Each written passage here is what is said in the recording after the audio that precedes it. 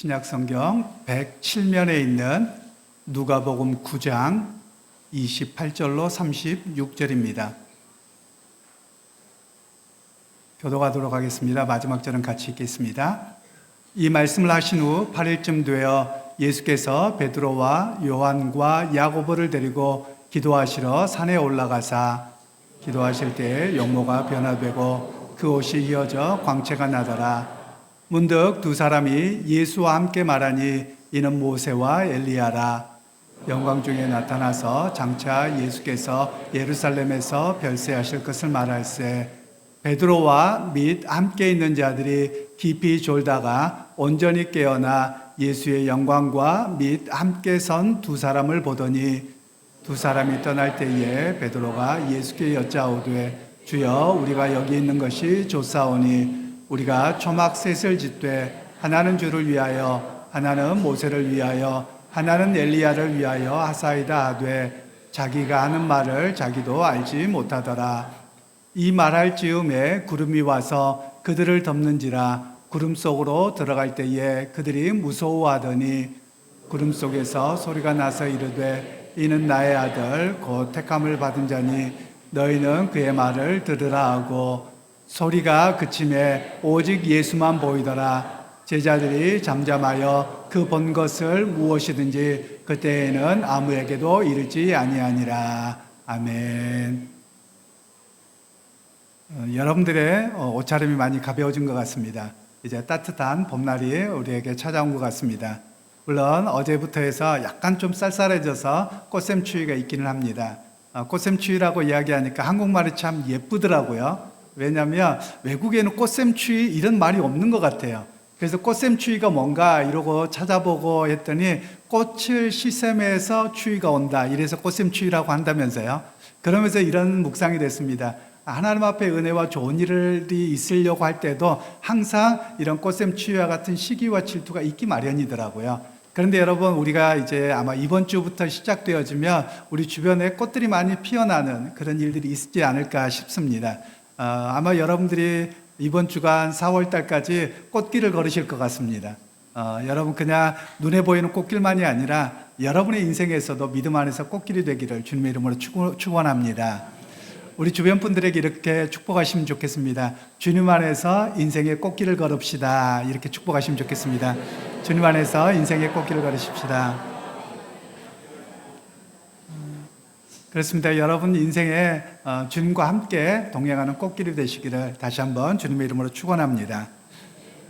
사람은 자신의 인생의 길을 어떻게 바라보느냐, 인식하느냐에 따라서 삶이 달라집니다. 아무리 인생의 꽃길을 다 가더라도 슬픔과 고통 속에 가잖아요. 하나도 안 아름답습니다. 그런데 내가 좀 힘들고 어려워도 그 길에 주님이 함께 하시고 은혜 가운데 오늘도 행복하게 살 수 있다고 하면 비록 그 길이 꽃길이 아니고 진흙탕길이어도 행복할 수 있습니다. 여러분, 오늘 우리가 주님이 여러분과 함께 하십니다. 그래서 여러분의 인생의 길이 다른 사람과 비교 속에서의 꽃길이 아니라 오직 주님을 의지하고 살아가는 그 인생의 참 복과 은혜가 넘치는 그런 인생의 참다운 꽃길이 되시기를 주님의 이름으로 축원합니다. 이제 우리 주일학교 학생들에게 먼저 말씀을 전하겠는데요. 오늘 본문의 말씀은 2주 전에 여러분들에게도 한번 전했던 그런 메시지이기는 합니다. 그때 은혜의 자리, 영광의 자리만 있어서는 안 되고 삶의 자리에서 하나님의 은혜를 따라 살아가야 된다. 이런 이야기로 메시지를 전했었는데요. 다시 본문의 이야기를 간단하게 요약하면 이런 이야기이지요. 예수님께서 예수님의 제자들 세 사람과 베드로와 요한, 야고보를 데리고 어느 산으로 올라가셨어요. 그래서 그 산을 우리는 보통 변화산이라고 부릅니다. 왜냐하면 거기에서 예수님께서 변화되었기 때문에 그곳에 가서 예수님 변화가 되셨어요. 그런데 그곳에 마침 구름이 내려앉고 우리가 구름 내려앉으면 우리 친구들 같은 경우 높은 산에 올라가면 구름 내리잖아요. 이럴 수 있는데요. 예루살렘에 그렇게 높은 산이 없어서 구름이 내릴 산이 없어요. 그래서 실제로 이거는 하나님께서 임재하셨다, 하나님 함께 하셨다, 이런 것을 상징하기 위해서 구름이 내려온 것이거든요.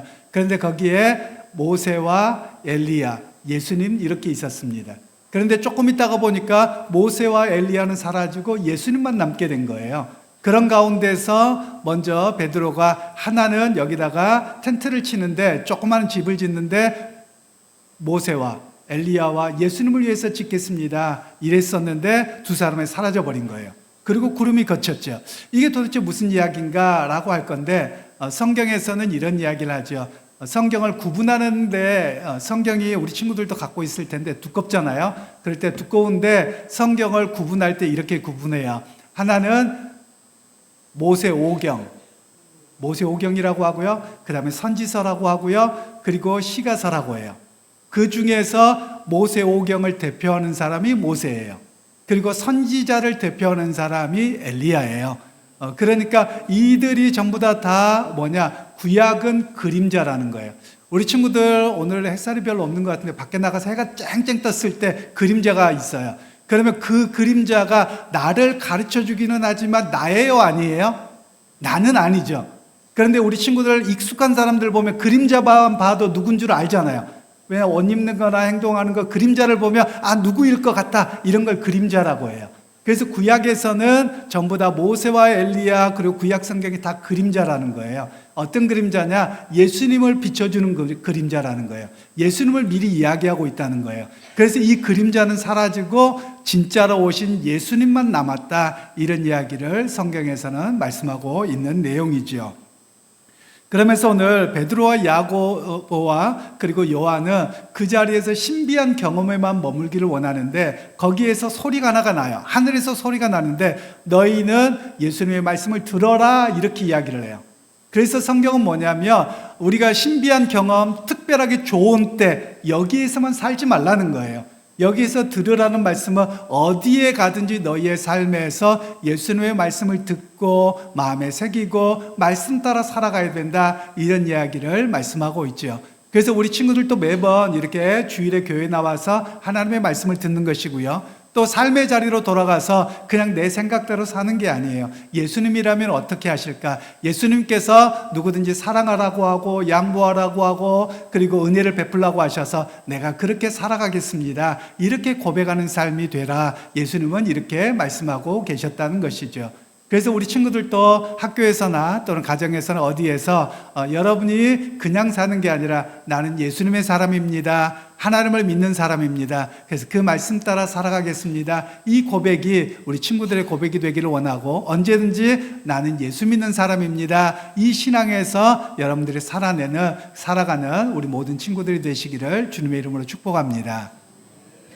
이제 어른들에게 말씀을 전하겠는데요. 우리에게 먼저 이야기하는 것은 나 중심의 시각에서 벗어나야 된다는 것을 오늘 성경에서는 말씀하고 있습니다. 28절로 32절 말씀을 다시 한번 합독하도록 하겠습니다. 이 말씀을 하신 후 8일쯤 되어 예수께서 베드로와 요한과 야고보를 데리고 기도하러 산에 올라가사 기도하실 때에 용모가 변화되고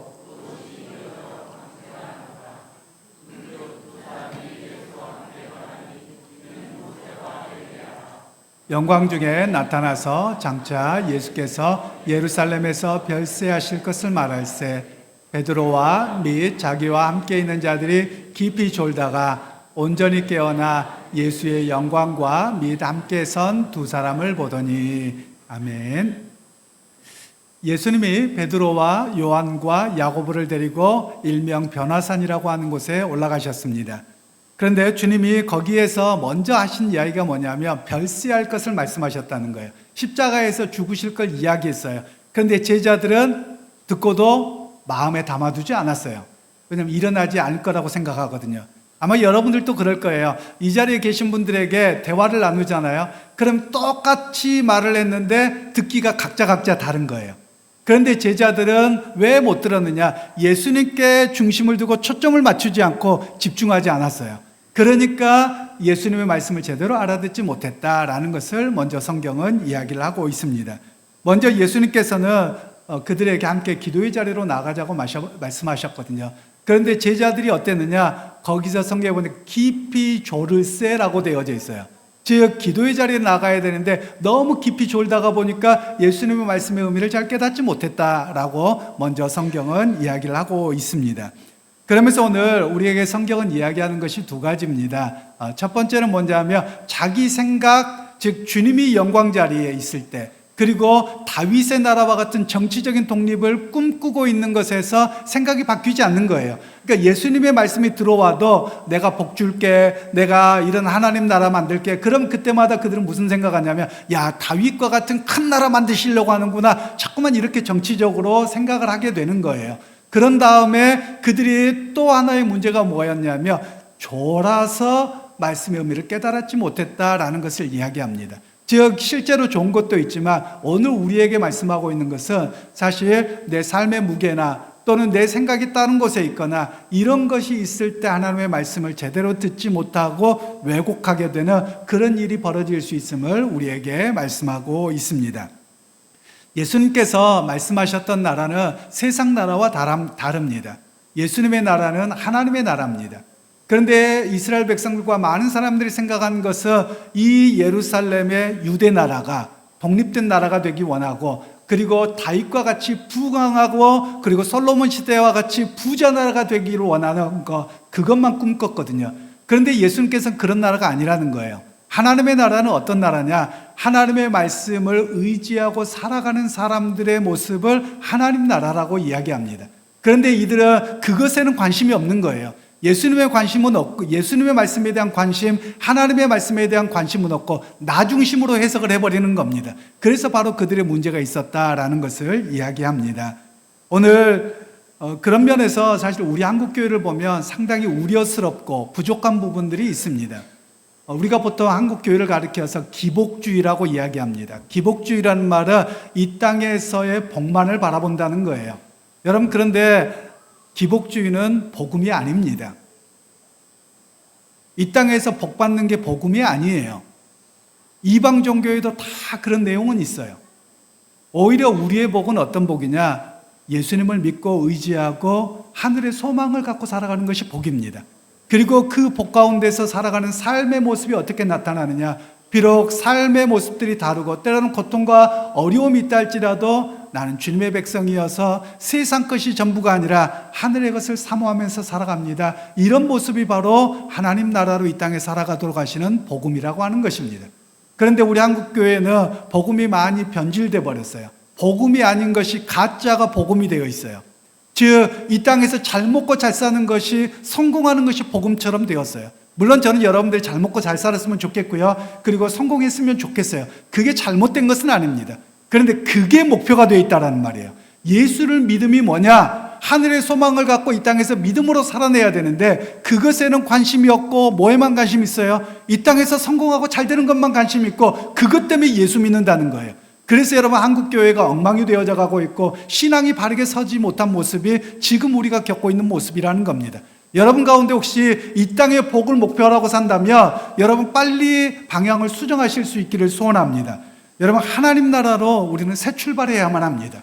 하나님 나라로 새 출발하는 삶은 어떤 삶입니까? 이 땅에서 내게 주어진 삶 자체를 부인하는 사람이 아닙니다.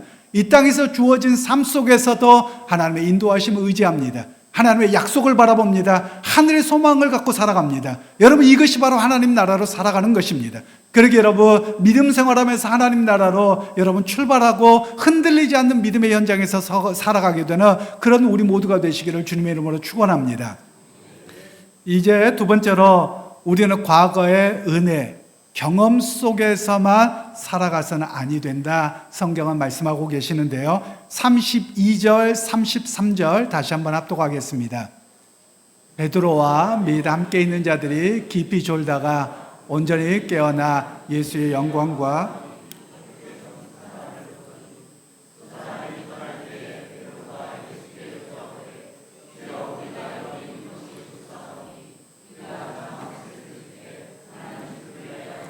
하나는 모세를 위하여, 하나는 엘리야를 위하여 아사이다 하되 자기가 하는 말을 자기도 알지 못하더라. 아멘. 베드로와 요한, 야고보가 예수님 기도하실 때 졸았습니다.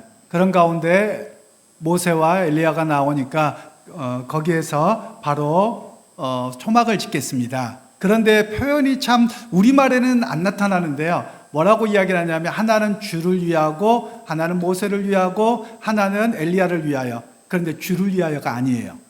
우리가 보통 주님 그러면 구약의 여호와를 부를 때 주님이라고 부르거든요. 그런데 원래 본문에는 헬라어로 쓰여진 원어에는 어떻게 되어 있냐면 당신을 위하여 집을 짓고 또 하나는 모세를 위하여 또 하나는 엘리야를 위하여 이렇게 되어져 있어요.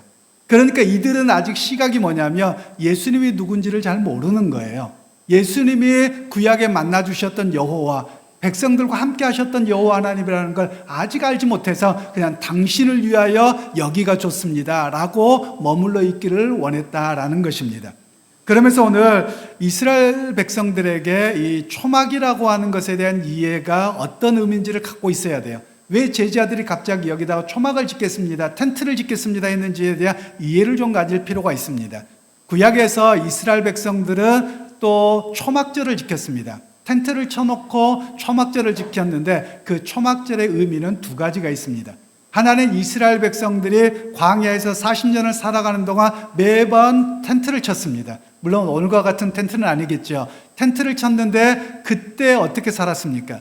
하나님께서 때를 따라 공급하시고 지키고 보호하셨거든요. 그래서 초막절이라고 하는 것은 하나님의 은혜 속에서 살아갑니다. 하나님의 돌보심 속에서 살아갑니다. 하나님의 공급하심을 경험하고 살아갑니다 라고 고백하는 절기가 초막절이었던 겁니다. 그리고 또 한 번의 초막절이 있습니다. 초막절은 우리가 룻기에도 나오는데요, 어떤 내용이냐면 그때가 추수감사절인 거예요. 그때 모두가 밖에 나가서 타작마당에서 곡식을 수확하면서 하나님이 우리에게 이렇게 풍성한 것을 주셔서 혹한기를 낳게 하셨고 1년을 살게 하셨습니다, 감사합니다. 그 복에 대한 감사를 고백하는 것이 이 바로 초막절이었습니다. 그런데 오늘 제자들은 여기다 초막을 짓겠습니다 라고 하는 것이 이 의미를 갖고 있어요. 그게 뭐냐, 이 은혜의 자리, 놀라운 신비의 경험 자리 안 떠나고 싶어요, 이렇게 이야기를 하는 거고요. 그리고 그 자리가 영광이고 하나님의 공급하심이 있을 것 같은 거예요. 그러니까 이 자리가 복된 자리예요. 이 복된 자리 안 떠나고 싶어요, 이렇게 이야기하고 있는 것이 제자들의 모습이었다라는 겁니다. 그런데 오늘 성경에서 모세와 엘리야가 나타났거든요. 모세와 엘리야가 나타난 것에 대한 이해를 좀 하실 필요가 있습니다. 성경을 분류하는 방법이 두 가지가 있습니다. 우리는 전통적으로 어떻게 하냐면 모세오경, 역사서, 그리고 시가서, 대선지서, 소선지서 이렇게 5개로 구분합니다. 왜냐하면 쓰여진 양식을 따라 구분을 해요. 그런데 예수님 당시나 유대인들은 3가지로만 구분합니다. 어떻게 하냐? 케투빔이라고 합니다. 한번 따라서 해보실까요? 케투빔. 여기에서 케투비 아니고 제가 잘못했네요. 타나크 한번 해볼까요? 타나크. 예, 타나크에서 T는 첫자를 따라왔는데 토라입니다. 토라는 모세 오경을 이야기합니다. 그리고 나에서 나는 느빔, 그래가지고 선지자들이라는 뜻이요. 그리고 타나크에서 키읔은 케투빔, 그래서 여기서는 시가서, 거기는 시편과 잠언과 전도서, 에레미야 예가가 되겠죠. 그래서 보통 성경에 그럴 때는 타나크가 이렇게 표현을 합니다. 마치 요즘 젊은 애들이 줄여서 쓰는 말처럼 유대인들은 그렇게 짧게 줄여서 쓰고 있습니다.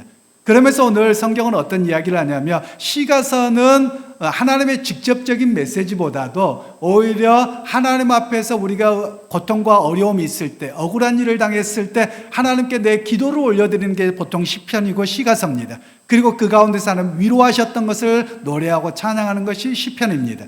그런데 모세오경과 선지자는 누구를 이야기하느냐? 계속 여인의 후손으로 오실 예수님을 가리키고 있거든요. 그래서 이 모세와 엘리야가 나타났다는 말은 구약이 나타났다는 거예요. 그런데 그것이 사라집니다. 그래서 구약의 그림자라는 거예요. 예수님을 향해서 왔는데 사라지고 예수님만 남았다. 진짜가 누구냐? 실체가 누구냐? 구약의 실체는 바로 예수 그리스도다라는 것을 말씀하고 있는 겁니다. 그리고 우리 주일학교 학생들에게도 말씀드린 것처럼 여러분도 들으셨겠지만 구름이 나타났다는 것은 하나님의 임재를 상징합니다. 이스라엘 백성들이 시내산에서 모세가 십계명을 받으러 갈 때 그 시내산에 빽빽하게 구름이 찾고 거기서 모세를 만나주시고 모세에게 십계명을 주셨습니다. 그리고 나중에 성막을 짓습니다. 성막을 지어서 하나님을 예배의 장소로 지었는데 거기에 구름이 내려앉습니다. 그리고 하나님이 그들을 만나주십니다. 그래서 구름이라고 하는 것은 단순한 구름이 아니라 하나님께서 당신의 백성을 만나주시는 임재의 상징을 이야기하는 것이 바로 구름입니다. 그런데 이 구름이 예수님과 함께 있는 거예요. 그러면 이게 메시지가 무엇이겠습니까? 구약의 여호와가 누구냐라는 거예요. 제자들은 구약 성경을 달달달 외울 정도로 배웠거든요. 그래서 구름 속에 나타나는 게 무엇인지를 알아요. 그런데 그분이 예수님이신 거예요. 그러니까 자기가 맨날 예수님을 따라다녔는데 생각해보고 그때는 몰랐어요. 나중에 되돌아보니 구름 속에 모세를 만나주셨고 엘리야를 만나주셨고 이스라엘 백성의 예배 가운데 임재하셨던 그분이 누구인가? 바로 예수님이시구나. 바로 그분이 여호와이구나라는 것을 오늘 말씀하고 있는 거예요. 그래서 여러분 오늘 우리에게도 마찬가지입니다. 예수가 누구입니까? 우리를 가리켜서 기독교라고 이야기합니다. 기독교는 예수가 주님입니다. 예수가 여호와 하나님입니다. 그 고백하는 신앙이 바로 우리의 신앙이라고 이야기를 하는 겁니다. 제가 수요 예배나 또는 다른 시간에 종종 이야기를 드렸습니다만 우리 한국 교회의 신앙의 약점이 조금 있어요. 그러면 하나님 아버지만 생각합니다.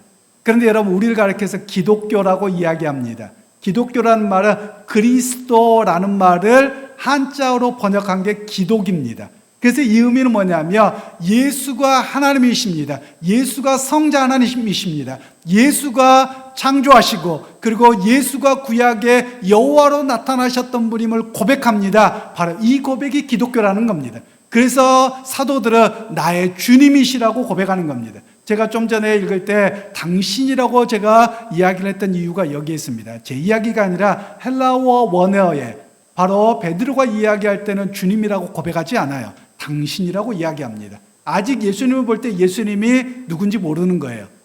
성경에서 주님이라는 말은 영어로 로드죠. 로드라는 말은 여호와라는 단어를 부를 때 로드라고 불렀어요. 우리말에만 여호와로 번역을 하고 있습니다. 그러니까 구약의 그분이 누구냐? 원래 히브리어로는 아도나이라고 말합니다. 한번 해보실까요? 아도나이.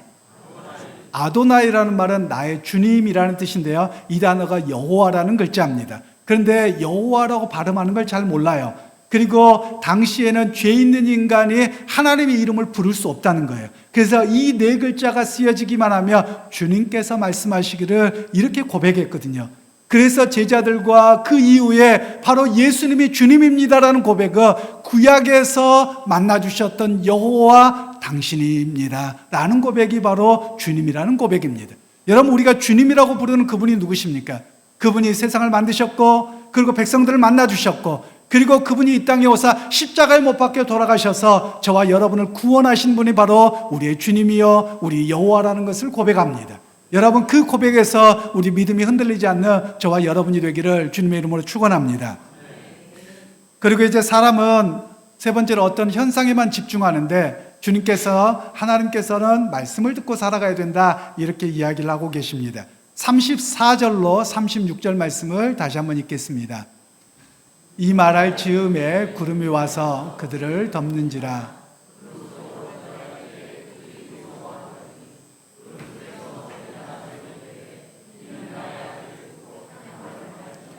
너는 그의 말을 들으라 하고 소리가 그침에 오직 예수만 보이더라. 제자들이 잠잠하여 그 본 것을 무엇이든지 그때에는 아무에게도 이르지 아니하니라.